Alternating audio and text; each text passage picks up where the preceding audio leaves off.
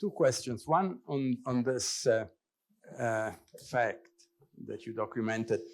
So I wonder whether it's just an income effect or whether it's this lingering that has increased over time, or whether it is maybe the result of deeper changes related to digitalization. If I go to southern Italy, I'm sure there would be much more lingering than in Milan. So, and it's not just for cultural reasons, I think it could be an income effect. So I wonder what your interpretation is. And the second question on the corruption and regulation link. So you seem to interpret over-regulation as a reaction to the presence of corruption, but another interpretation is that many people have suggested is that regulation is a way to perhaps increase the price, the bribe that you extract. And so it's instrumental to actually generating more corruption. So let me take the last one first, which is, of course, the Martin Luther hypothesis, which is the role regulation exists to extract bribes. And of course, it's Martin Luther's hypothesis because in his description of why the Catholic Church banned kin marriage, he argued that this was primarily a way to extract rents from nobles who then needed to get stuff through. So this is a 500-year-old hypothesis, which I believe completely in terms of regulation of private individual actions. Because I mean, obviously, if we increase the web of things that you need to get a permit to do, we increase the possibility of you doing stuff. I don't think this is going on with the fact that now the procuring entity has 400 more forms to sign up and is not allowed to do X and is not allowed to do Y, because you're primarily limiting what the procuring entity is going to do rather than this.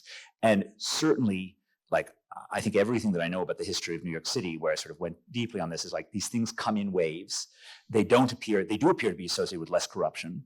They also appear to be associated with like just more complete like hamstring and difficult stuff. And it's hard to think that like the rules that we typically see in this, which is you must publish the specifications at least 30 days in advance, right? Or else, you know, the rules on the procuring entity, I don't know how that would necessarily give the procuring entity an ability to extract more bribes or to let someone extract more bribes. And you're certainly not getting, the procurement officer themselves is certainly not paying bribes up the food chain in most of these systems. They're sort of minor apparatchiks in different ways. Maybe there are some places that are so corrupt that he gets bribes and then he passes them up, but that's not the norm here.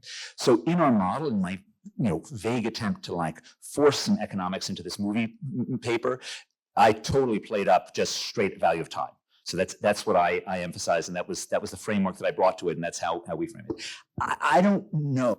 The referees then asked us quite sensibly, like, well, great, can you actually estimate anything about income? So we set out with a vein. I had this great idea. We were going to take images from the Sears Roebuck catalog of like measuring fancier clothes and crappier clothes in 1980 and trying to estimate an income gradient about speed by using the clothes to back out the income. It completely failed. The machine was not able to, like, everyone seemed poor in terms of this. And so we weren't basically able to use the clothes to do this. And I didn't have any other idea. And my machine learning colleagues were like, you've caused us enough pain and we're done with this. So I can't actually test income separately, but maybe future work will do a better job of, figuring out whether or not, and you could do some stuff if you had enough data, if you just knew who had iPhones versus other stuff, because the iPhone is typically thought to be a reliable measure of this. I, of course, can't rule out the possibility that something else is going on other than opportunity cost of time. But yeah, in the absence of anything else, I'm being purely Beckerian, and I'm thinking this is just the opportunity cost of time going up as well. But obviously, culture and other things could also matter, and I'm certainly not ruling that out. Other questions?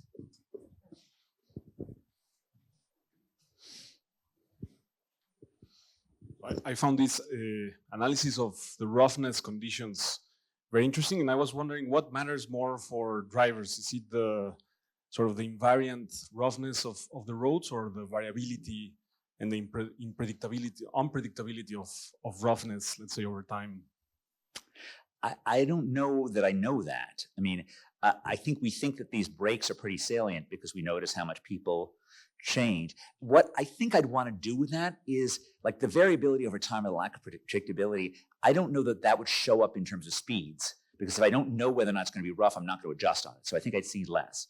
What I really want to do this was I'd like to be able to have like a panel of drivers where I get to see which roads they use and which roads they eschew. right? So you could think about this in a different framework, which would be like, I've got some kind of like, type 1 extreme value for each road, and I'm sort of estimating how much roughness causes me to use some road versus some other road.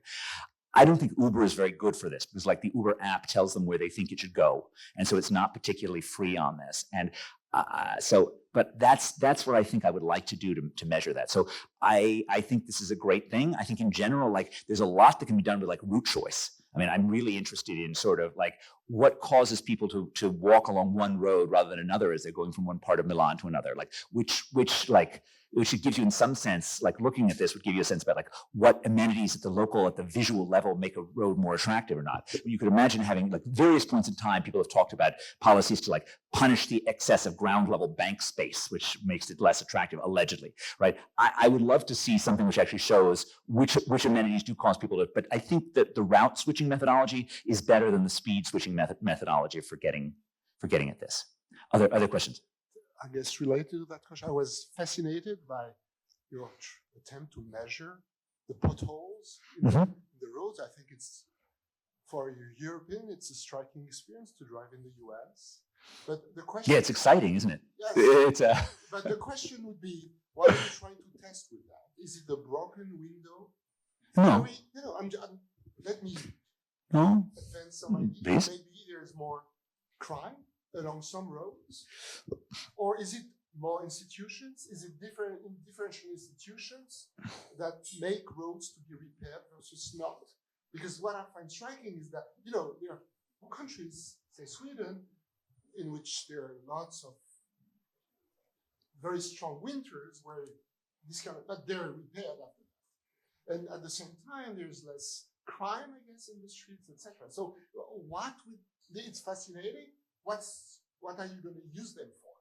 So I am, the point of this paper was just like, we're trying to give you what's the pain that's implied by this, how does it differ across the United States, and how well are we doing at fixing it? And the answer is there's a certain amount of pain. It's worse in poorer places, it's worse in African American places, and we can use a sort of simple economic model to measure the pain. And I can tell you that like we seem to have a completely counterintuitive way of doing the repaving that doesn't seem to make any sense. I don't find it intuitive to think that places with crappier roads necessarily have more crime in any. It's certainly conceivable, although I would have thought it's likely to be, if you had high frequency stuff, you could ask if like after a repairing event, does crime go down, which I would find shocking if it did, but one could do this. The cross-section relationship is infinitely tainted by by everything else, but you could try and do the repaving events in Chicago, but again, we could try to use repaving events in Chicago and elsewhere. It's not naturally where like I'll make a larger observation. When I came to Harvard, there were sort of two different models of doing urban space. One of which was, cities and social interactions, learning from people around you, right? And this was Larry Katz, who was doing work on The Company You Keep and sort of all this stuff. And then there was the old guys. And there was John Kane and John Meyer, who were basically doing, John Meyer's founding figure in transportation economics. And they were doing like, why America's subway policies are so stupid, meaning like we're building in places we shouldn't build, we're spending far more than we should. And I thought the Katz stuff was really exciting and the Meyer-Kane stuff was really boring. But, 33 years on, like the Meyer-Kane stuff was having huge policy impact, and none of our exciting work on social interactions in cities had done very much for policy, whereas they were actually genuinely stopping subways from being built. And so in some sense, this is a paper that's literally about infrastructure and literally about trying to make America's infrastructure care be better. Now, that doesn't say there are lots of fascinating things that came out of your question. I would love to see something where we bring in more road quality in Europe. I think my ability to force stuff out of Uber is now at a minimum, right? I think they gave me this stuff and that was great, but I think I can't get anything more out of them. But I would love to get more data on road repaving in Europe. I would love to get more data on road smoothness in Europe. I would love to know targeting of stuff in Europe. I'd love to know a lot of things like that. And I think that would be fantastic. I've tended to focus on things where I get variation across the US rather than on variation within the variation between the US and the EU, but I think there's a lot to do that. It's somewhat easier. My bus agenda is even easier to imagine doing that cross countries because the buses tend to be pretty comparable. And so you're not looking at something where you can't compare at all anything between these two areas. But I think the sort of, the handling, the public procurement agenda, which I think is a smaller part of the general public sector productivity agenda, right, is incredibly important. And I think it's one that should be international in scope. And I think there's lots of, that's where I see it. And then there will also be very cute sort of, papers about what infrastructure does to strange other social phenomenon like the number of burglaries or something. But thank you, it's great. Other questions? Do we have a question from our patron? It's a proposal for Okay. a new acronym. I think it's MARSA. Is going to be Make American Roads Be Smoother Again. So that will be MARSA. Okay, so this is great. So this is very funny. So we've had this transportation initiative at the National Bureau of Economic Research, which started under Trump 1, and then in came Biden, and we had to completely retool. And Trump 1 was about new technologies and private sector provision. And Biden came in and said, oh no, we're not interested in those topics. We want, racial inclusion, we want racial justice in roads, and we want climate change. And we're like, okay, we're economists, we work on this too, right? And so we did a bunch of things on racial injustice and other stuff. And we're just commissioning papers. And then of course we got to react to the other thing. We're like, okay, we got to get all mentions of race out of this. And but we were thinking, I was stopped by my colleagues from putting a title that was like that. But yes, we tried to do something like that as well. So I agree strongly with this as well. Other questions? We still have a couple minutes more. Yes, sir. Yes, thank you very much. It was very fascinating. Many new data. That's really great. I was thinking about the first part that you presented about the importance of educational segregation across firms to explain the city premium and the growth, differential growth rates across city. And I was trying, in what you have been describing, you try many times to have exogenous shocks on the share of college graduates in the firm to try to show some causality. But I think there is also a very interesting question that would be about what explains in the first place this educational segregation. And what are the determinants? Because if we start to think about policies, maybe this is the type of questions that we want to have answers about. Yeah, it's easier because I don't have to have exogenous shocks in this. I can just talk about what relates to. So there's certainly a big differences across industries. So these like extractive industries that exist in north of Brazil tend to have very simple things. Mostly sort of, there's just a general large establishments have much more mixing. And one of the things that's caused it to go down over time is the outsourcing. So there's more to be done on this. It'd be nice to have a European version of this as well, or at least a version for particular countries. In fact, Martina Viarengo and I are thinking of doing something on using Italian data on this at the same time. But I think your question is great, and I think it's exactly right. I will make one other observation, which is why is it that I believe this learning from people around you, when there are no natural experiments for that which are perfect, and yet I believe it in every fiber of my soul, right? And the reason why I believe it is I've lived it. Right, is that in fact in my entire life, whether or not, at least from the age of 21 on, whether or not it was running into Bob Lucas in the halls in Chicago or, hanging out with Alberto in the halls in Litauen, right, I have become what I am, right, because I have been privileged to hang out with very smart people and learn from them. Right, and so that's fundamentally why I believe this, much more so than the IV regressions. Which is not to say we kind of need the IV regressions too. We can't just publish this is what Ed says his life was like. But it is fundamentally why I do believe that, and I think it also makes the point to younger people that regardless of what our current standards are for publication, and you need to of course follow those standards. We learn things in many different ways.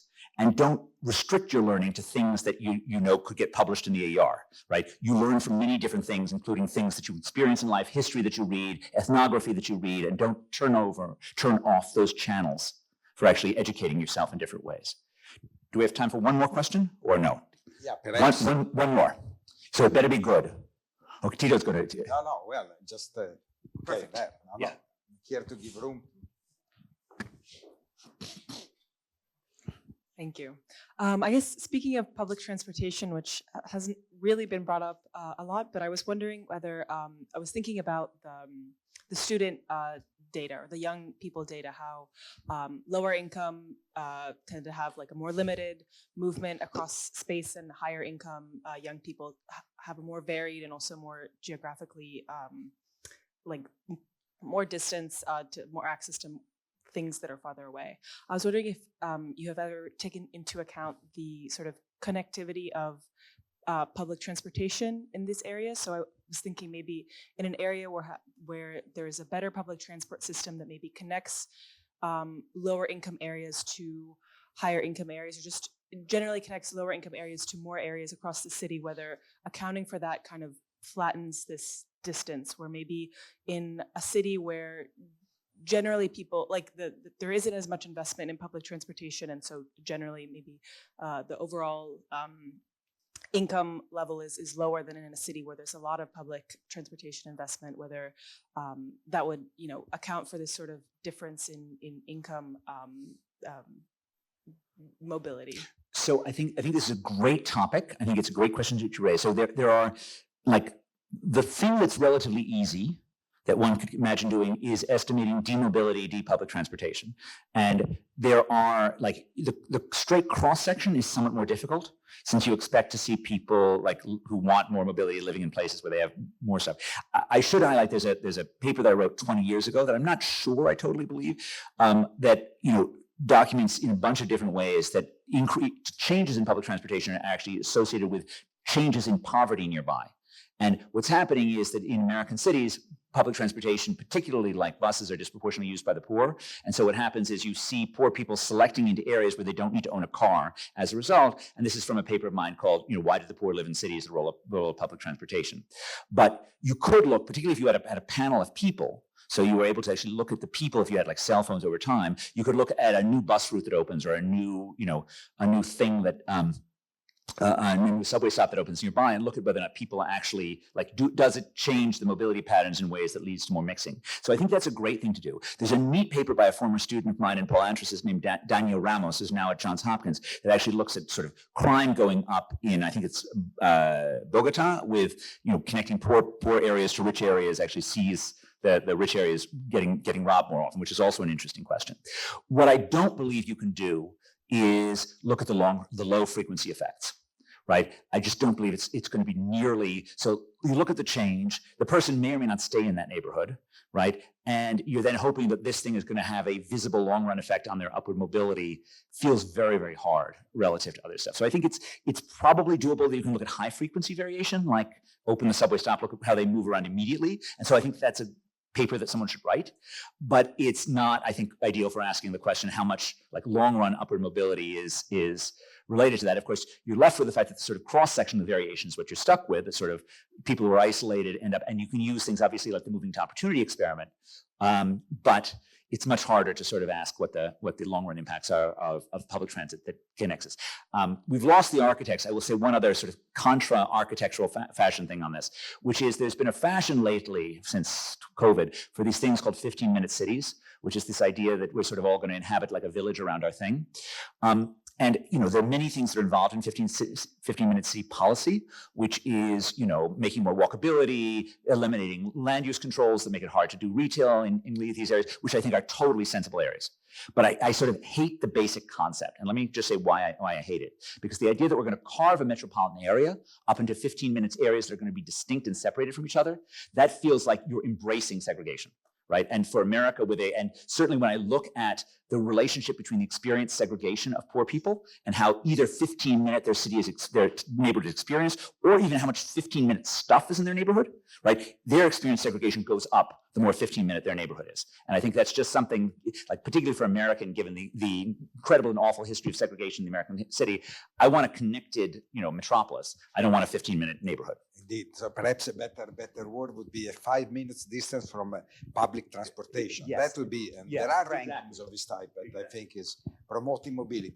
So, well, I think we managed to reduce a bit the speed of the talk, and but nonetheless, I think we got an exposure to there's so many different areas where he's working, which is really amazing. And I think that a lot of you got the ground to think about how important and fertile is this field. We already have at Bocconi very good scholars like Jan and like Luisa who are working in this area, and we hope that this will also broaden interest. Amazing also the type of data that he's been gathering in his research, and unfortunately not always available also in Europe, but really amazing. A problem in this data is that almost everything is endogenous, so getting, finding causal effect is that. And by the way, one thing that was coming to my mind, the COVID experiment, in a way.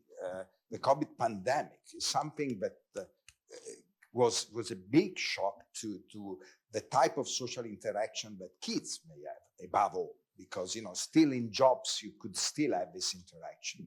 But even in during the COVID, even in the US, where the restrictions were less severe than here, there was a very strong restriction. The type of physical mobility that you were observing in urban areas for rich kids versus poor kids, that should have been something that was reduced even for rich kids. And so that could be an experiment where you can draw lessons from.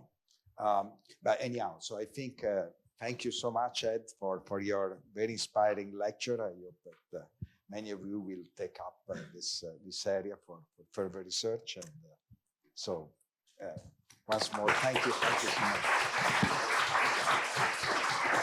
much.